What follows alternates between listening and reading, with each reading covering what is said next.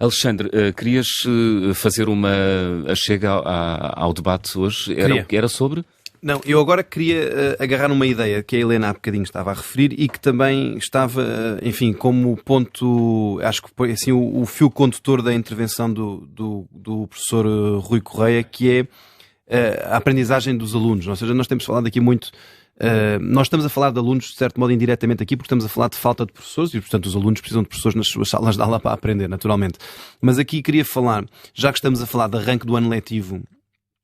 e, portanto, estamos aqui a lançar os dados, digamos assim, para mais um ano letivo, eu queria puxar aqui um tema que é a questão da recuperação da aprendizagem, porque foi, portanto, para vos dar o enquadramento, portanto, assim, rapidamente, em 30 segundos, na sequência do encerramento das escolas no período da pandemia, houve um plano de recuperação da aprendizagem, tanto que foi, enfim, potenciado e depois dando meios às escolas para aplicar um conjunto de medidas ao longo de 2 anos letivos. Era o que estava previsto. Entretanto, esses 2 anos letivos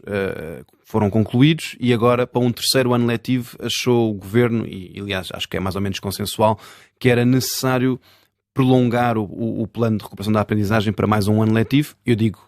aqui, pelo menos este ano letivo é consensual, o Governo acha que eventualmente será suficiente. Eu acho que isto devia ser uma medida que deveria ficar durante muitos anos. Mas de qualquer modo, o que é que me parece importante aqui salientar? Há bocadinho falava o professor Rui Correia de falta de meios, ou seja, ele no fundo dizia se um professor faz o diagnóstico das necessidades de um aluno e depois é confrontado com aquela situação que é a escola dizer mas nós não temos a capacidade de resposta para as necessidades daquele aluno e, portanto, isto é uma situação inaceitável no sentido em que a escola aí nesse momento reconhece a sua incapacidade de dar resposta. Agora, quando a gente diz aqui a escola, eu não quero ser injusto para com a escola, porque de facto a escola não pode, e já fazem grande esforço muitas vezes para esticar ao máximo os meios que têm à sua disposição, mas depois de facto, quando há falta de meios, há um ponto a partir do qual realmente não é possível ir mais além. E nós aqui na recuperação da aprendizagem é um bom exemplo de como o Estado gera mal os seus recursos. Reparem, agora em julho saiu uma auditoria do Tribunal de Contas aos 2 anos de implementação do Plano de Recuperação da Aprendizagem e aquele documento é deprimente porque expõe de uma forma cristalina e eu diria brutal a incompetência do Estado na gestão de um programa, enfim, de recuperação da aprendizagem, que é uma coisa que devia preocupar toda a gente, e neste caso, em particular, o Governo e o Ministério da Educação, e que é gerido com os pés. E eu vou-vos dar 2 ou 3 exemplos de o que é que o Tribunal de Contas assinalou. A questão da monitorização dos alunos não é feita. Não há metas nem objetivos definidos para a recuperação. A monitorização é fundamental, não basta dizer que eu fiz o programa. Evidente. Quer dizer, não basta dizer, eu desenhei um programa e fiz o programa. E depois as pessoas ficaram na mesma. Não, e não se sabe o que é que... Ou seja, nem sequer se estabeleceu o ponto metas de entrada e metas de saída, não é? Não, é que não há um diagnóstico de início,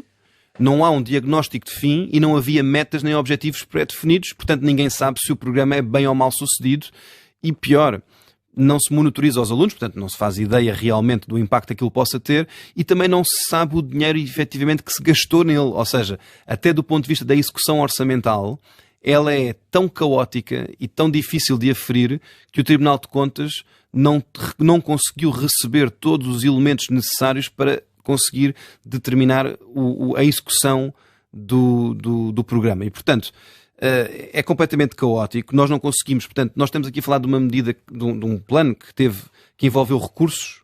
de grande escala, portanto, humanos e financeiros, e não conseguimos aferir a sua eficácia, não fazemos ideia se ele foi eficaz, se ele serviu para alguma coisa. E isto é um problema, agora, sobretudo que agora vamos começar um 3º ano de implementação deste plano e por falta precisamente de financiamento, porque houve medidas deste